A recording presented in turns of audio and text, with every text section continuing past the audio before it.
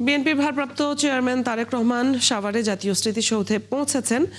মুক্তিযুদ্ধের শহীদদের প্রতি শ্রদ্ধা জানাতে সেখানে গিয়েছেন তিনি।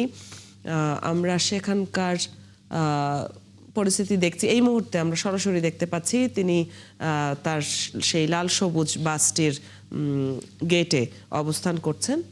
সেখানে আমাদের সহকর্মী মোহন ইসলাম আছেন, তার সাথে কথা বলবো আমরা।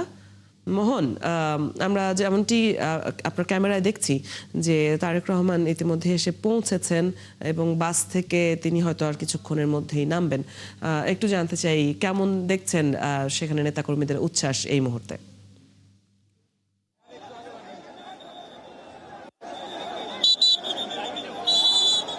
এই মুহূর্তে সাভারের জাতীয় স্মৃতিসৌধের সামনে আসলে উপচে পড়া নেতাকর্মীদের ভিড়। বিএনপির ভারপ্রাপ্ত চেয়ারম্যান তারেক রহমানের কিন্তু গাড়ি বহরটি সেটি প্রবেশ করছে। দেখতে পাচ্ছেন যে তার যে লাল সবুজের যে গাড়ি, যে বাসটি রয়েছে সেই বাসটি কিন্তু প্রায় সাভারের জাতীয় স্মৃতিসৌধের গেট বরাবর চলে এসেছে এবং নেতাকর্মীরা দুপাশ থেকে কিন্তু তাকে সম্বর্ধনা তার নামে স্লোগান দিচ্ছে এবং তাকে এক নজর দেখার জন্য তারা কিন্তু চেষ্টা করে যাচ্ছে এখানে। এবং আইনশৃঙ্খলা বাহিনী, বিশেষ করে সেনাবাহিনী, পুলিশ, র্যাব সবাই কিন্তু চেষ্টা করে যাচ্ছে যে পরিস্থিতি নিয়ন্ত্রণে রাখার জন্য। এবং তার যে গাড়িবহরের গাড়িগুলো রয়েছে আমরা সেগুলো দেখেছি ইতিমধ্যে প্রবেশ করেছে এবং এখন সেনাবাহিনীর নিরাপত্তা এবং অন্যান্য যে বাহিনী রয়েছে সে বাহিনীর নিরাপত্তায় কিন্তু সে গাড়ি, তারেক রহমানকে বহনকারী যে গাড়ি, সেই গাড়ি প্রবেশ করছে স্মৃতিসৌধের গেট দিয়ে। এর মধ্যে দুপাশে কিন্তু যারা নেতাকর্মী, আমি আপনাদের সাথে নেতাকর্মী আছে, সেই নেতাকর্মীরা কিন্তু এবং তাকে সেই ব্যারিকেড দিয়ে কর্ডন করে কিন্তু নিয়ে যাচ্ছে। আমি আপনাদের সাথে চেষ্টা করে নিয়ে যাচ্ছে এবং তারেক রহমানকে দেখার জন্য আসলে তার যে নেতাকর্মীরা রয়েছে এক নজর দেখার জন্য এক ধরনের চেষ্টা করে যাচ্ছে। গাড়িটি কিন্তু আমরা দেখতে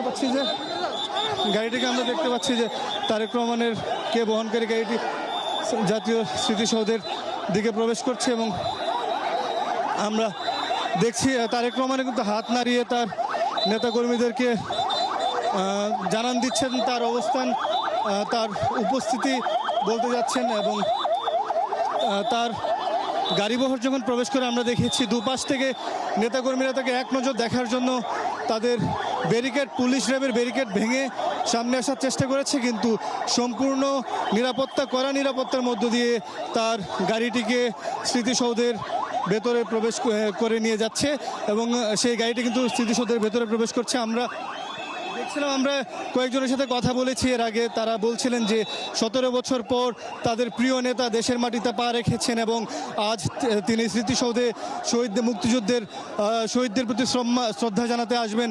এবং যেহেতু এটি সাভার এলাকায় পড়েছে, এখানে আমরা সাভারের স্থানীয় প্রচুর মানুষ দেখেছি যারা বলছেন তাদের এলাকায় তাদের প্রিয় নেতা আসছে, তাদের প্রিয় নেতার পা পড়বে এই এলাকায়, সেই জন্য তারা এক নজর দেখতে চান। আমরা এমন অনেককে দেখেছি যে অনেক বৃদ্ধা এক নারীকে দেখেছি যিনি তারেক রহমানকে এক নজর দেখার জন্য সব ধরনের নিরাপত্তার বেষ্টনী ভেঙে সামনে চলে এসেছিল, কিন্তু সেনাবাহিনী, র্যাব এবং পুলিশের যে ব্যারিকেড রয়েছে, শক্ত ব্যারিকেড, সেই ব্যারিকেডের জন্য কিন্তু সেই বাসের কাছ পর্যন্ত তারা পৌঁছাতে পারেনি।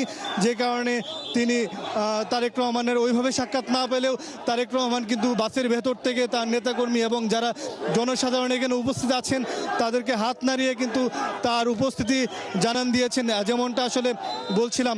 এবং আমরা কিন্তু এখানে অনেক জনসাধারণ রয়েছে যাদেরকে আমরা দেখেছি যে তারা টানা কয়েকদিন যাবৎ দেশের বিভিন্ন প্রান্ত থেকে এসে এখানে অবস্থান করছে, যে তারেক রহমান যেখানে যাবেন আসলে তারাও সেখানে যেয়ে তাদের প্রিয় নেতাকে এক নজরে দেখতে চান। এবং আমরা দেখেছি যে বগুড়া, রংপুর থেকে শুরু করে বরিশাল এবং ময়মনসিংহ, দেশের বিভিন্ন অঞ্চল থেকে তারেক রহমানকে দেখার জন্য এই নেতাকর্মীরা উপস্থিত হয়েছেন। তারা বলছিলেন যে 17 বছর একটি লম্বা সময়, এখানে আমরা এমন অনেক তরুণ যুবকদের পেয়েছি যারা এখন দলের রাজনীতিটা করেন, কিন্তু তারা তাদের এই জীবনে তারেক রহমানকে সরাসরি কখনো দেখেননি। তারা দেখেছে টিভির পর্দায়, সোশ্যাল মিডিয়ায় বা যখন কোনো প্রোগ্রামে গিয়ে সেখানে কিন্তু এবং সরাসরিভাবে কাছ থেকে দেখার সুযোগ কখনো হয়ে ওঠেনি, যেই কারণে তারা এসেছেন। তারা এক নজর দেখতে চান তারেক রহমানকে।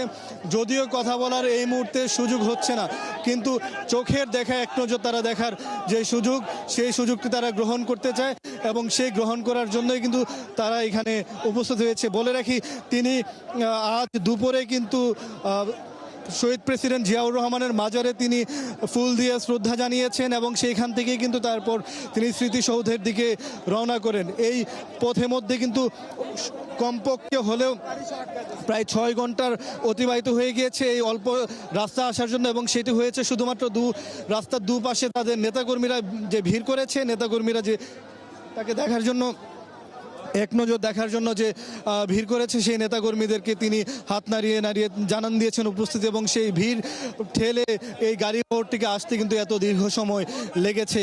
কিন্তু আমরা তারপরে দেখেছি যে এখানে জাতীয় স্মৃতিসৌধ যেটি রয়েছে, সেখানে ভোরবেলা থেকে লোকজন এসেছেন দেশের বিভিন্ন প্রান্ত থেকে। দুপুর, বিকেল, সন্ধ্যা গড়িয়ে এখন কিন্তু রাত 10টার একটু বেশি সময়। এই সময় কিন্তু তারা দীর্ঘ সময় এখানে অপেক্ষা করছে। তাদের মধ্যে ক্লান্তি নেই, তাদের মধ্যে আসলে কোনো ধরনের বিষাদ নেই। তারা বলছেন যে সারা দিনের কষ্ট এবং এই অতিরিক্ত ঠান্ডার পরেও তারা চান তাদের নেতাকে এক নজর দেখার জন্য। তাহলে যদি তাদের এই কষ্ট বা তাদের যে পরিশ্রম, সেই পরিশ্রম আসলে যদি সফল হয়, তারা সেই ধরনের বক্তব্য কিন্তু আমাদের কাছে দিয়েছেন, তাদের অভিমত তারা তুলে ধরেছেন। এবং যেমনটা বলছিলাম যে এখানে আমরা অনেক কেন্দ্রীয় নেতাদেরকেও দেখেছি, বিভিন্ন অঙ্গ সংগঠনের নেতাকর্মী, তারাও কিন্তু এসেছেন তারেক রহমানকে এইখানে অভ্যর্থনা জানানোর জন্য, তাকে বরণ করে নেওয়ার জন্য। এবং রাস্তার দুপাশে, স্মৃতিসৌধের যে দুপাশে সড়ক রয়েছে, সড়ক পাড়িয়ে কিন্তু অলিতে গলিতেও কিন্তু সেই ভিড় আমরা দেখেছি। এবং আপনি জানেন, যেহেতু এটি একটি মহাসড়ক, সেই মহাসড়কের পাশে প্রচুর মানুষ ভিড় করেছে, যারা এখানে সাভার, ধামরাই, ঢাকা, গাজীপুর থেকে এসেছেন।